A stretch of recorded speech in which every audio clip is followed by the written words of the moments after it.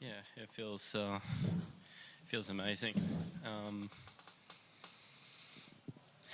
Yeah, it's hard to put into words. It's a very good feeling.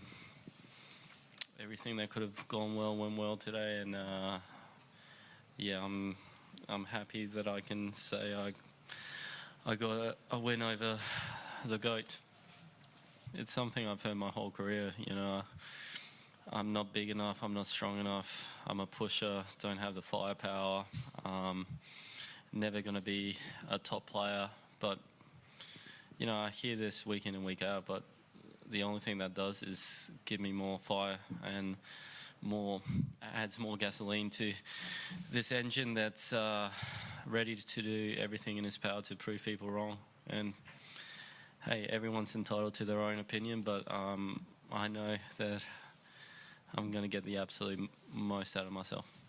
It's tough for me to go out there and start getting animated from the very first point when last time we played a year ago, I got taught an absolute lesson on Rod Laver Arena, right? So at this stage, I'm just going about my business, trying not to poke the bear, trying to go point by point, focus on what I'm trying to do. And, you know, ultimately I thought I played exactly the way I needed to, and I served unbelievable, definitely for my standards, and I just was able to apply pressure when I needed to and stay solid and do exactly what the game plan was, so very happy with that.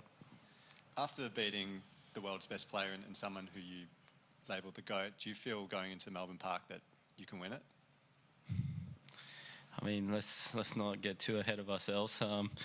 Well, I've just walked off the court about 15 minutes ago, so it's safe to say I still haven't processed what just happened. So, look, the level is there. It's 5 sets. It's a different beast, but I'm happy with where my level is, where I am mentally, and the mindset that I've got going in. And I definitely know that I've got a very high top level, and I would love to bring it for Melbourne. Just wondering, in terms of comparing tonight's win to the win against Nadal last year, how do you compare the two? Which one's more satisfying, and just your thoughts on those two?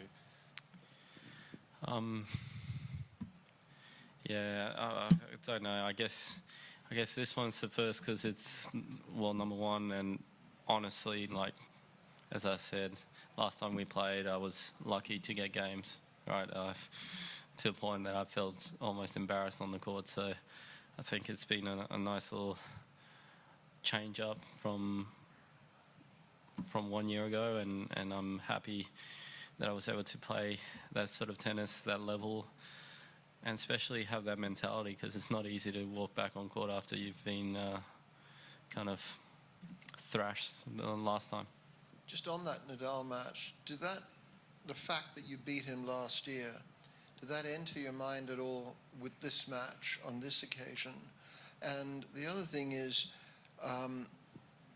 it's an incredible achievement what you've had tonight, but it's not something you've done before. And often when a player beats somebody huge like that, it's difficult to maintain that and stay at that level. Do you think that having a couple of days off, hopefully we get to the semis, that's going to be a benefit and you'll be able to get over this?